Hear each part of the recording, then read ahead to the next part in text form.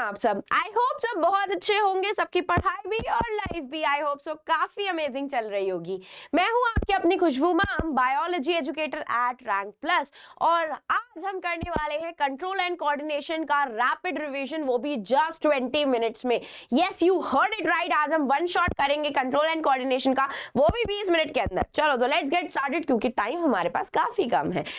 Here we go with the very first thing कि भाई हमारी बॉडी में ऐसी क्या दो सिस्टम अवेलेबल है जो हमारी बॉडी में कंट्रोल एंड कोऑर्डिनेशन परफॉर्म करवाते हैं। बट उससे पहले कि what is control and coordination.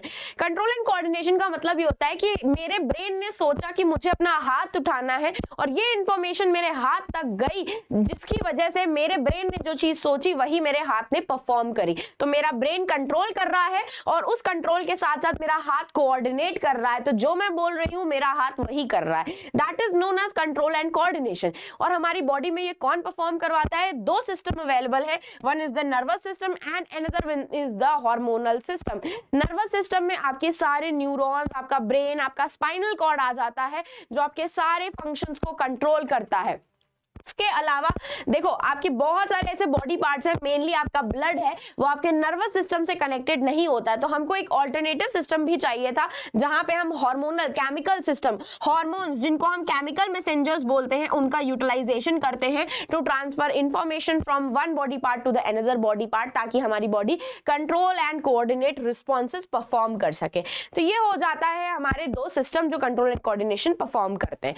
अब बात ये आती है कि जो इंफॉर्मेशन हमारे आउटसोर्स में चल रही है, हमारे सराउंडिंग में चल रही है, उसको हम कहते हैं स्टिमुलस। तो ये स्टिमुलस सबसे पहले कहां जाता है? सबसे पहले हमारी बॉडी में ये स्टिमुलस जो होता है कहां जाता है? स्टिमुलस का मतलब होता है कि आपके सराउंडिंग में क्या चीजें चल रही हैं जिसको आप सेंस कर सकते हो, डिटेक्ट कर सकते हो, ये होता है स्टिमुलस। इस स्टिमुलस को डिटेक्ट करते हैं आपके स्पेशलाइज्ड टाइप ऑफ सेल्स जिनको हम कहते हैं रिसेप्टर्स। ये रिसेप्टर्स हमारे सेंस ऑर्गन्स में प्रेजेंट होते हैं। बचपन में पढ़ा है ना, आंख, नाक, कान, मुंह हमारे सेंस ऑर्गन होते हैं। तो सबसे पहला रिसेप्टर होता है फोनो रिसेप्टर, ट्रिंग ट्रिंग, हेलो कौन है, हियरिंग स्टिमुलस को डिटेक्ट करता है। ठीक है, आपके हियरिंग स्टिमुलस को डिटेक्ट करता है। दूसरा आता है फोटो रिसेप्टर, फोटो मतलब तू खिंच मेरी फोटो, आंखों में प्रेजेंट होता है, दैट इज ये आपके विजुअल स्टिमुलस को डिटेक्ट करता है। थर्मो रिसेप्टर्स, आपको कुछ गरम गरम लगता है, ठंडा ठंडा लगता है, तो ये कहाँ प्रेजेंट होते हैं? स्किन में प्रेजेंट होते हैं। आपके टच को, हीट को, सेंस को, हीट टच को डिटेक्ट करते हैं आपके थर्मो रिसेप्टर जो आपके स्किन में प्रेजेंट होते हैं। नेक्स्ट आ जाते हैं आपके ऑल्फैक्टरी रिसेप्टर। आहा मम्मी कितना अच्छा छोला भटूरा आपने बनाया है, तो ये प्रेजेंट होते हैं नोज में and it can detect the smell वाला स्टिमुलस। गस्टेटरी रिसेप्टर्स आपके टंग में प्रेजेंट होते हैं, तो छोले भटूरे खा करके हम मम्मी को कहते हैं आहा आपने क्या मस्त छोले भटूरे बनाए हैं, तो ये आपके टेस्ट को डिटेक्ट करते हैं। अब ये जो इंफॉर्मेशन होती है जो आपके स्टिमुलस की रिसेप्टर पे गई, अब ये रिसेप्टर इस इंफॉर्मेशन को कैरी फॉरवर्ड करते हैं किसके पास में? आपके न्यूरॉन पे, which is the structural and functional unit of our nervous system. ये न्यूरॉन के पास इंफॉर्मेशन को पहुंचाते हैं और ये सारी इंटरकनेक्टेड न्यूरॉन्स हमारी इंफॉर्मेशन को सेंस ऑर्गन से हमारे ब्रेन तक पहुंचती हैं और ब्रेन फिर उस इंफॉर्मेशन को डिटेक्ट करके वापस से इंफॉर्मेशन रिवर्ट बैक करता है, जो कि वापस से न्यूरॉन के थ्रू हमारे बाकी ऑर्गन्स तक ट्रांसफर होती है और हम एक्शन परफॉर्म करते हैं। तो यस, न्यूरॉन हमारे सारे मैसेजेस को सेंड करता है to and fro from our all body parts. अब ये न्यूरॉन का जो भाई सबसे पहला पार्ट होता है that is known as the dendrites. इस तरीके का आपका भाई न्यूरॉन होता है, ठीक है, इस तरीके का आपका न्यूरॉन हो जाएगा, जिसमें से ये वाले पार्ट जो होते हैं इस तरीके से, these are known as dendrites. और आपकी इंफॉर्मेशन रिसेप्टर के बाद सबसे पहले डेंड्राइट पे रिसीव होती है। डेंड्राइट के बाद ये इंफॉर्मेशन कहाँ जाती है? ये बीच वाले मिडिल पार्ट में, जिसको हम कहते हैं सेल बॉडी। सेल बॉडी के बाद ये इंफॉर्मेशन इस लॉन्ग प्रोसेस पे जाती है जिसको हम कहते हैं एक्सॉन, और एक्सॉन के बाद ये इंफॉर्मेशन जाती है एक्सॉन की एंडिंग पे जिसको हम कहते हैं एक्सॉन का टर्मिनल। तो इस तरीके से आपकी पूरी इंफॉर्मेशन न्यूरॉन के थ्रू ट्रांसफर होती है। Now let me tell you, neuron का डायग्राम इंपॉर्टेंट है, आप 9th क्लास में भी पढ़ चुके हो, अच्छे से प्रैक्टिस करके जरूर जाना। अब ये न्यूरॉन, अभी मैंने आपको बताया इंफॉर्मेशन कैसे ट्रांसफर करती है। आपकी इंफॉर्मेशन रिसेप्टर से सबसे पहले कहां जाती है? डेंड्राइट्स पे जाती है। डेंड्राइट से ये इंफॉर्मेशन को ट्रांसफर कर दिया जाता है सेल बॉडी तक। सेल बॉडी से ये इंफॉर्मेशन एक्सॉन पे जाती है। एक्सॉन के बाद ये इंफॉर्मेशन जाती है नर्व एंडिंग पे, और नर्व एंडिंग के बाद जाती है ये एक साइनैप्स नाम के जंक्शन जंक्शन पे। अब आप लोगों को पता है कि जो इंफॉर्मेशन होती है न्यूरॉन के थ्रू कैसे ट्रांसफर होती है, in the form of electrical impulses, ठीक है, in the form of electrical impulses. ये इलेक्ट्रिकल इंपल्सेस क्या करते हैं, आपका जो एक्सॉन होता है, आपका ये जो एक्सॉन एंडिंग होती है, इसके पास क्या प्रेजेंट होते हैं, साइनैप्टिक वेसिकल्स प्रेजेंट होते हैं। ये साइनैप्टिक वेसिकल्स में प्रेजेंट होता है एक टाइप का केमिकल जिसको हम कहते हैं न्यूरोट्रांसमीटर्स, और ये न्यूरोट्रांसमीटर्स क्या हो जाते हैं, एक्टिवेट हो जाते हैं, और आपके इसी इलेक्ट्रिकल इंपल्सेस को, आपकी इसी इंफॉर्मेशन को क्या करते हैं, केमिकल्स में कन्वर्ट कर देते हैं। और ये केमिकल्स किसके थ्रू पास ऑन होता है, साइनैप्स के through, which is the junction between the two neuron. ये एक पहला न्यूरॉन है, इसके बाद जो न्यूरॉन होगी, उन दोनों न्यूरॉन के बीच का जो गैप होता है उसको हम साइनैप्स बोलते हैं। और इस साइनैप्स में केमिकल के फॉर्मेट में आपकी इंफॉर्मेशन ट्रांसफर होती है, और अगेन जब ये ट्रांसफर होकर के नेक्स्ट न्यूरॉन के डेंड्राइट पे रिसीव होती है, वापस से वो इलेक्ट्रिकल इंपल्स में कन्वर्ट हो जाती है। तो आपका electrical impulses, chemical electrical, chemical electrical, इस तरीके से पूरी इंफॉर्मेशन आपकी ट्रांसफर होती है from one part to the another part of your body. अब भाई आपकी टाइप्स ऑफ न्यूरॉन कितनी होती हैं, कौन सी न्यूरॉन क्या ट्रांसपोर्ट करवाती है, क्या ट्रांसफर करवाती है। सबसे पहले न्यूरॉन होती है सेंसरी न्यूरॉन। सेंसरी न्यूरॉन के नाम से ही समझ में आ रहा है कि जो इंफॉर्मेशन आपके सेंस ऑर्गन से कहां तक पहुंचा रही है, इंफॉर्मेशन को ब्रेन तक। और मोटर न्यूरॉन वो होती है जो ब्रेन से इंफॉर्मेशन को आपके ऑर्गन्स, डिफरेंट अफेक्टर ऑर्गन्स तक पहुंचाती है, जो आपका रिस्पॉन्स जनरेट करता है, ठीक है। तो सेंस ऑर्गन मेरा स्किन हुई, स्किन से इंफॉर्मेशन मेरे ब्रेन तक गई, ब्रेन से वापस इंफॉर्मेशन मेरे हाथ तक आई, तो हाथ मेरा अफेक्टर ऑर्गन हो जाता है जो रिस्पॉन्स परफॉर्म करता है। और इन दोनों न्यूरॉन्स को आपस में कनेक्ट करने का काम, जैसे हम दो जगह पे जाते हैं तो बीच में एक ब्रिज बनी होती है एक जगह को दूसरी जगह से कनेक्ट करने के लिए, उस तरीके से कनेक्टिंग लिंक होता है सेंसरी और मोटर न्यूरॉन के बीच में, जिनको हम कहते हैं inter neuron. It act as a relay neuron, inter neuron, relay neuron, connecting neuron, कुछ भी बोल सकते हो आप लोग, ठीक है। ये हो जाती हैं आपकी टाइप्स ऑफ न्यूरॉन। और अभी मैंने आपको साइनैप्स बताया कि ये पहली न्यूरॉन है, पहली न्यूरॉन का एक्सॉन टर्मिनल और दूसरे न्यूरॉन के डेंड्राइट के बीच में एक गैप प्रेजेंट होता है जिसको हम कहते हैं synapse. It's a point of contact between the two neurons. और जब एक्सॉन टर्मिनल पे इलेक्ट्रिकल इंपल्स आते हैं तो वो साइनैप्टिक वेसिकल को एक्टिवेट करते हैं, न्यूरोट्रांसमीटर्स रिलीज होते हैं, और फिर आपकी इंफॉर्मेशन केमिकल्स के फॉर्मेट में साइनैप्स में ट्रांसफर होती है और नेक्स्ट न्यूरॉन के डेंड्राइट पे जाकर के वापस से इलेक्ट्रिकल इंपल्स में कन्वर्ट हो जाती है। तो दिस इज योर साइनैप्स। अब हम नेक्स्ट बात करेंगे आपके मेन सेंटर ऑर्गन की, दैट इज योर ब्रेन। लेकिन उससे पहले मैं आपको रिफ्लेक्स एक्शन बता देती हूं कि what is reflex action. Reflex action एक रैपिड, अचानक से होने वाला स्पॉन्टेनियस रिस्पॉन्स होता है जो हम किसी भी ऐसी इमरजेंसी सिचुएशन में परफॉर्म करते हैं। It's a kind of involuntary action, ठीक है। कैसा होता है इनवॉलेंटरी एक्शन होता है, ये हमारे कंट्रोल में नहीं होता। और इस रिफ्लेक्स एक्शन को आपका स्पाइनल कॉर्ड कंट्रोल करता है। तो देखो पाथवे क्या होता है, सबसे पहले इंफॉर्मेशन आपके रिसेप्टर पे आती है, रिसेप्टर से ये इंफॉर्मेशन सेंसरी न्यूरॉन पे जाती है, सेंसरी न्यूरॉन से ये इंफॉर्मेशन आपके स्पाइनल कॉर्ड पे जाएगी, स्पाइनल कॉर्ड से ट्रांसफर किया जाता है इसको मोटर न्यूरॉन पे, और मोटर न्यूरॉन से ये इंफॉर्मेशन आपके अफेक्टर ऑर्गन तक जाती है। जैसे कि अगर आपने गलत कप बोल रहे हैं, गर्म कप को छू लिया तो आप तुरंत अपना हाथ पीछे कर लेते हो। क्यों कर लेते हो? क्योंकि आपको पता है अगर आपने गर्म कप को छुआ तो आपका हाथ जल सकता है। तो अपने हाथ को जलाने से बचाने के लिए हमारी बॉडी यही रिफ्लेक्स एक्शन परफॉर्म करती है, जो कि बहुत ही इंस्टेंट तरीके से, रैपिड तरीके से होता है। और इसको आपका ब्रेन नहीं, आपका स्पाइनल कॉर्ड कंट्रोल करता है। बस इसकी थोड़ी बहुत इंफॉर्मेशन ब्रेन तक जाती है ताकि हमारे ब्रेन में मेमोरी जनरेट हो जाए कि हाँ तूने इस कप को छुआ था तो तेरा हाथ जल सकता है, इसीलिए वापस से तुझे इस कप को नहीं छूना है, ठीक है। अब हम नेक्स्ट बात करेंगे आपके मेन कंट्रोलिंग सेंटर की, that is our central nervous system, जिसका ब्रेन और स्पाइनल कॉर्ड पार्ट होते हैं। तो ब्रेन की बात करें तो ब्रेन को प्रोटेक्ट करता है एक तो स्कल, जिसको हम बोनी बॉक्स बोलते हैं, क्योंकि ब्रेन हमारा सेंसिटिव होता है, उस पर चोट लगेगी तो डेथ हो सकती है, ब्रेन डेड हो सकता है इंसान।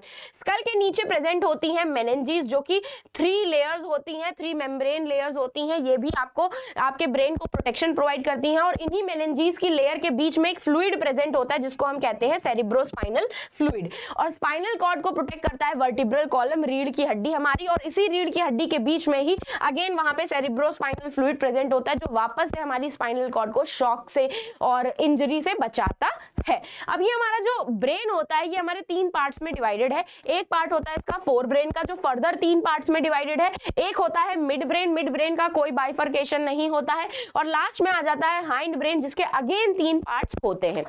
तो अगर मैं बात करूं सबसे पहले पार्ट की फोर ब्रेन की, दैट इज द सेरिब्रम, ये आपके वॉलेंटरी एक्शंस को कंट्रोल करता है, विजुअल्स को कंट्रोल करता है, थिंकिंग को, इंटेलिजेंस को कंट्रोल करता है। And let me tell you, brain is one of the most important topic, जरूर पूछा जाएगा एग्जाम में। नेक्स्ट बात करेंगे थैलेमस की, तो थैलेमस का मेजर एज सच कोई रोल नहीं होता है, आपकी जो सेंसरी और मोटर न्यूरॉन्स होते हैं उनके एक्शंस को आपका थैलेमस कंट्रोल करता है, और ये भी आपके फोर ब्रेन का ही पार्ट है। लास्ट पार्ट आ जाते हैं फोर ब्रेन का hypothalamus. Hypothalamus is one of the most important part, क्योंकि ये आपके पिट्यूटरी ग्लैंड को भी कंट्रोल करता है, मास्टर ग्लैंड को कंट्रोल करता है, एंड साथ साथ में ये आपकी सेक्सुअल बिहेवियर को, आपके इमोशंस को, आपके भूख को, प्यास को, एंड इवन आपके बॉडी के टेम्परेचर को कंट्रोल करता है हाइपोथैलेमस। इनके फंक्शंस बहुत अच्छे से याद रखने हैं आपको। मिड ब्रेन जो होता है वो आपके फोर ब्रेन और हाइंड ब्रेन को आपस में कनेक्ट करके रखता है, उन दोनों के बीच में जो भी कनेक्शन होता है, जो भी इंफॉर्मेशन ट्रांसफर होती है वो वाया मिड ब्रेन ही होती है। अब हम बात करेंगे आपके हाइंड ब्रेन की, जिसका सबसे पहला पार्ट होता है सेरिबेलम। सेरिबेलम आपके बॉडी का बैलेंस मेंटेन करता है, पोस्चर मेंटेन करता है कि आप चल फिर कैसे रहे हो, ये भी वॉलेंटरी एक्शन है, लेकिन मेजर वॉलेंटरी एक्शन आपका सेरिब्रम ही कंट्रोल करता है। नेक्स्ट बात करेंगे हम आपके मेडुला ऑब्लोंगेटा की। मेडुला ऑब्लोंगेटा बहुत इंपॉर्टेंट आपका पार्ट होता है ब्रेन का, क्योंकि अगर डायरेक्टली इंजरी हुई मेडुला ऑब्लोंगेटा पे तो उस इंसान की डेथ हो सकती है। क्यों? क्योंकि ये आपके सारे इंटरनल ऑर्गन्स के एक्शंस को कंट्रोल करता है। तो इंटरनल ऑर्गन्स के एक्शन कैसे हो जाते हैं? इनवॉलेंटरी हो जाते हैं। तो इनवॉलेंटरी फंक्शंस स्टॉप हो जाएंगे अगर किसी के मेडुला ऑब्लोंगेटा पे डायरेक्टली इंजरी हुई। ये आपकी वॉमिटिंग को, सलाइवेशन को, ब्लड प्रेशर को, ब्रीदिंग को, हार्ट बीट को, डाइजेशन को, सबको कंट्रोल करते हैं, जो आपके कंट्रोल में नहीं है। के बाद हम बात करेंगे आपके पॉन्स की। अब ये भी आपका हाइंड ब्रेन का ही पार्ट होता है, और ये आपकी स्लीप साइकिल को, सोने की साइकिल को कंट्रोल करता है, और साथ साथ में ये आपके रेस्पिरेशन को कंट्रोल करता है। रेस्पिरेशन पढ़ा था ना अपने लाइफ प्रोसेस में, क्या कर रहा था वो? आपका एनर्जी जनरेट कर रहा था, एटीपी जनरेट कर रहा था, उसको आपका पॉन्स कंट्रोल करता है। And this is the end of our brain वाला पार्ट, जो आपको बहुत अच्छे से पढ़ना है, क्योंकि ब्रेन वाले पार्ट से क्वेश्चन हमेशा आता है कंट्रोल एंड कोऑर्डिनेशन चैप्टर से। नेक्स्ट अब हम स्टार्ट करेंगे आपके प्लांट्स में कंट्रोल एंड कोऑर्डिनेशन कैसे होता है। भाई अब प्लांट्स में तो नर्वस सिस्टम प्रेजेंट नहीं है, तो प्लांट्स अपना कंट्रोल एंड कोऑर्डिनेशन कैसे करते हैं? वो करते हैं या तो वाटर का कंसंट्रेशन चेंज करके, ठीक है, और या तो वो किसी टाइप के हार्मोन्स रिलीज करके अपना कोऑर्डिनेशन परफॉर्म करते हैं। तो इन दोनों के बेसिस पे ये दो टाइप की मूवमेंट शो करते हैं। पहली मूवमेंट होती है नास्टिक मूवमेंट, जो कि ये वाटर कंसंट्रेशन को चेंज करके शो करते हैं। इसका सबसे बेस्ट एग्जांपल है आपका छुई मुई का पौधा, टच मी नॉट प्लांट। जब भी आप टच मी नॉट प्लांट को छूते हो ना, तो उसकी पत्तियां ऐसे गिर जाती हैं। क्यों गिर जाती हैं? क्योंकि जहां पे आपने छुआ होता है छुई मुई पौधे को, वहां का सारा पानी जो होता है वो इवेपोरेट नहीं होता, बैकवर्ड स्टेम के अंदर चला जाता है, और वो पत्तियां ऐसे डाउनफॉल हो जाती हैं। इस टाइप के मूवमेंट को हम नास्टिक मूवमेंट कहते हैं, जिसमें स्टिमुलस क्या होता है? टच होता है। इसको हम थिग्मोनास्टिक मूवमेंट भी बोलते हैं। क्या बोलते हैं? थिग्मोनास्टिक मूवमेंट भी बोलते हैं। ये नॉन डायरेक्शनल होता है, मतलब ऐसा कुछ नहीं है कि आपने जिस जगह पे उसको टच किया है वो उसी जगह पे अपना रिएक्शन देगा, वो पूरी बॉडी उसकी रिएक्शन देती है। और ये नॉन ग्रोथ मूवमेंट है। नास्टिक मूवमेंट में कोई ग्रोथ नहीं देखी जाती है कि प्लांट लंबा हो रहा है या मोटा हो रहा है, ठीक है। उसके जस्ट अपोजिट में आता है ट्रॉपिक मूवमेंट, जिसमें स्टिमुलस की वजह से, जिसमें जो भी स्टिमुलस प्रोवाइड हो रहा है उसकी वजह से यहाँ पे ग्रोथ देखी जाती है प्लांट की। और ये डायरेक्शनल मूवमेंट होता है, मतलब जिस जगह से आप स्टिमुलस लगा रहे हो उसी जगह पे प्लांट अपनी ग्रोथ शो करेगा। जैसे कि मैं अगर एक प्लांट हूँ, मेरे राइट साइड से लाइट आ रही है, तो मेरी ग्रोथ टूवर्ड्स द लाइट होने लगेगी। इसको हम कहते हैं ट्रॉपिक मूवमेंट। और ये 4 टाइप के होते हैं। एक होता है आपका जियोट्रॉपिक मूवमेंट। जियो से आपको क्या समझ में आ रहा है? ग्रेविटी होती है यहाँ पे स्टिमुलस, ग्रेविटी की वजह से जब प्लांट आपका मूवमेंट शो करता है उसको हम कहते हैं जियोट्रॉपिक मूवमेंट। जैसे कि रूट्स, आपकी roots towards the gravity grow करती हैं, तो वो पॉजिटिव जियोट्रॉपिज्म शो कर रही है। और जब आपका स्टिमुलस से वो दूर ग्रो करती है तो वो नेगेटिव जियोट्रॉपिज्म शो करती है। जैसे कि आपकी शूट आपकी अपवर्ड ग्रो करती है, ग्रेविटी से दूर ग्रो करती है। फोटोट्रॉपिज्म में आपका लाइट रिस्पॉन्सिबल होती है कि सनलाइट की वजह से जो मूवमेंट होती है, जो ग्रोथ मूवमेंट होती है, उसको हम फोटोट्रॉपिक मूवमेंट कहते हैं। हाइड्रोट्रॉपिज्म में पानी की वजह से मूवमेंट होती है, जैसे कि roots towards the water grow करते हैं जबकि shoot away from the water grow करती है। और कीमोट्रॉपिज्म में केमिकल्स की वजह से, जिसका सबसे बेस्ट एग्जांपल आप लोगों ने अपने how do organism reproduce chapter में पढ़ा था, जहां पे जब आपका स्टिग्मा पे आपका पॉलन ग्रेन आकर के स्टिक करता है तो केमिकल्स की वजह से आपकी जो ओवरी होती है फ्लावर्स में, वो ओवरी कोई केमिकल्स रिलीज करती है जिसकी वजह से पॉलन ग्रेन क्या करता है, पॉलन ट्यूब की फॉर्मेशन करता है। एंड इवन आप लोग रूट्स का एग्जांपल भी ले सकते हो कि जब हम फर्टिलाइजर्स डालते हैं तो टूवर्ड्स द फर्टिलाइजर आपकी क्रॉप ग्रो करने लग जाती है क्योंकि उसको वहां पे न्यूट्रिशन मिल रहा होता है। इस मूवमेंट को हम कीमोट्रॉपिक मूवमेंट बोलते हैं, केमिकल्स की वजह से होती है। डायरेक्शनल मूवमेंट होती है और ग्रोथ वाली मूवमेंट होती है, ये इसमें ग्रोथ शो करता है प्लांट। अब हम बात करेंगे one of the important topic that is plant hormone, जिसको हम कहते हैं फाइटो हॉर्मोन्स। भाई ये केमिकल मैसेंजर्स होते हैं और आपने जो फोटोट्रॉपिज्म पढ़ा था ना, वो एक्चुअली में प्लांट हार्मोन की वजह से ही होता है।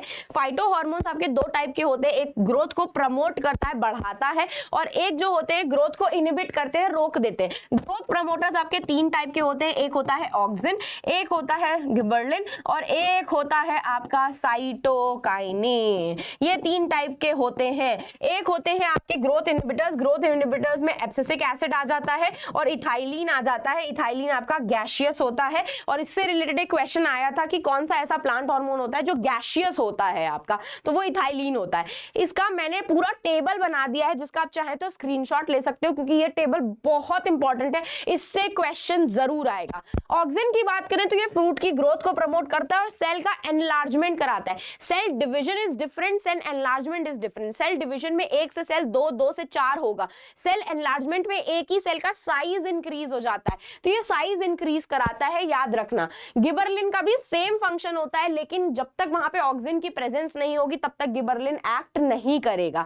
नेक्स्ट आ जाते हैं साइटोकाइनिन। साइटोकाइनिन आपकी सेल डिवीजन में मदद करते हैं और ये आपके सबसे ज्यादा अमाउंट में फ्रूट्स में और सीड्स में प्रेजेंट होते हैं, फ्रूट्स एंड सीड्स में प्रेजेंट होते हैं। इसके ऊपर क्वेश्चन आ चुका है। उसके बाद नेक्स्ट बात करते हैं एब्सिसिक एसिड की। एब्सिसिक एसिड ग्रोथ इनहिबिटर होता है, रोक देता है ग्रोथ को, जैसे कि सीड्स और बड्स में डोरमेंसी। डोरमेंसी का मतलब सीड्स को जर्मिनेट ही नहीं होने देता, ग्रोथ ही नहीं करने देता है उनकी। And wilting and falling of leave, पत्तियां सड़ के गिर जाती हैं, वो करवाता है आपका एब्सिसिक एसिड। इथाइलिन फ्रूट की राइपनिंग प्रमोट करता है। अब बच्चे बोलते हैं कि मैम यहाँ तो फ्रूट की राइपनिंग कर रहे थे तो प्रमोटर हुआ, प्रमोटर नहीं है भैया। अगर आपका जो फल होता है वो ओवर राइप्ड हो जाता है तो वो सड़ जाता है, फिर आप उसको खा नहीं सकते हो, अजीब सा हो जाता है वो, तो कहीं ना कहीं ग्रोथ को रोक रहा है कि नहीं रोक रहा है, तो ये ग्रोथ इनहिबिटर होता है। एंड लीफ में सेनिसेंस, सेनिसेंस मतलब लीफ की और फ्लावर्स की डेथ को प्रमोट करता है, तो इसीलिए ये दोनों आपके ग्रोथ इनहिबिटर्स होते हैं। रेस्ट ऊपर वाले तीन आपके ग्रोथ प्रमोटर्स होते हैं। अब हम लास्ट में बात करेंगे आपके एनिमल हॉर्मोन्स की, जिनसे क्वेश्चन आपके 4 मार्कर में और 5 मार्कर में डेफिनेटली आ सकता है। तो अब जो जो पार्ट्स आपको बताऊंगी इस टेबल में वो अच्छे से पढ़ लेना। देखो सबसे पहले आपको ग्लैंड याद रखना है कि कौन सा ग्लैंड होता है। ग्लैंड में भाई पाइनियल ग्लैंड आपकी बुक में नहीं दिया हुआ है, बट फिर भी मैं बता देती हूँ। ये मेलाटोनिन नाम का एक हार्मोन सिक्रीट करता है जो हमारी अगेन बायोलॉजिकल क्लॉक मतलब स्लीप क्लॉक को मेंटेन करता है, जैसे कि पॉन्स कर रहा था। उसके बाद पिट्यूटरी ग्लैंड आपको अच्छे से पढ़ना है, जिसमें आपको ग्रोथ हार्मोन पिट्यूटरी का बहुत अच्छे से पढ़ना है। ग्रोथ हार्मोन से क्वेश्चन आते हैं क्योंकि ये हमारे ग्रोथ को कंट्रोल करता है, और अगर ओवर ग्रोथ हो जाती है तो गिंगेटिज्म नाम की प्रॉब्लम हो जाती है बच्चों को, और अगर ग्रोथ कम हो जाती है तो वो ड्वार्फिज्म, ड्वार्फ बोना पैदा होता है। किस वजह से? ग्रोथ हार्मोन की वजह से। ग्रोथ हार्मोन ज्यादा सिक्रीट हो गया तो गिंगेटिज्म हो जाएगा, ग्रोथ हार्मोन कम सिक्रीट होता है तो ड्वार्फिज्म हो जाता है। उसके बाद नेक्स्ट आता है थायराइड ग्लैंड, जो थायरॉक्सिन सिक्रीट करता है, जो आपके आयोडीन की प्रेजेंस में बहुत अच्छे से बनता है। तो अगर थायरॉक्सिन ठीक से नहीं सिक्रीट होता है तो ग्वाइटर हो जाता है, और ये हमारे मेटाबॉलिक रेट को कंट्रोल करता है, कि मतलब कार्बोहाइड्रेट का ब्रेकडाउन, प्रोटीन का ब्रेकडाउन, फैट का ब्रेकडाउन कंट्रोल करता है।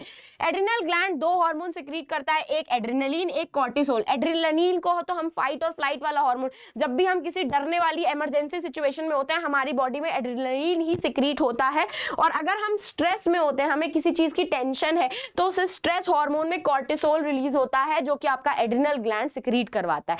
पेनक्रियाज इंसुलिन सिक्रीट करवाती है, इंसुलिन आपके ब्लड शुगर लेवल को डिक्रीज करता है। दूसरा हार्मोन ग्लूकागॉन आपके ब्लड शुगर लेवल को इंक्रीज कर देता है, तो ऑल टोटल मिला करके ये आपके ब्लड शुगर लेवल को कंट्रोल करता है। Ovaries oestrogen and progesterone secrete करती हैं जो आपकी फीमेल्स में सेकेंडरी सेक्सुअल कैरेक्टरिस्टिक्स के लिए रिस्पॉन्सिबल है। एंड साथ साथ में जस्ट अ सेकेंड,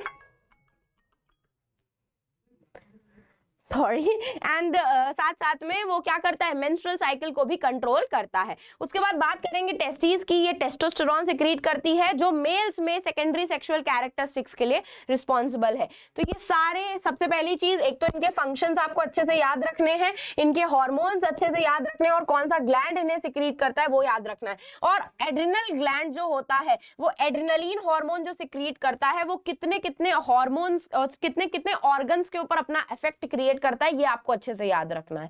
बस, this is the end of our session. और ये रहा मेरे प्यारे बच्चों के लिए होमवर्क का क्वेश्चन, जो आप मुझे कोशिश करके कमेंट सेक्शन में जरूर बताइएगा ताकि मैं आप लोगों को होमवर्क का रॉक स्टार बना सकूं।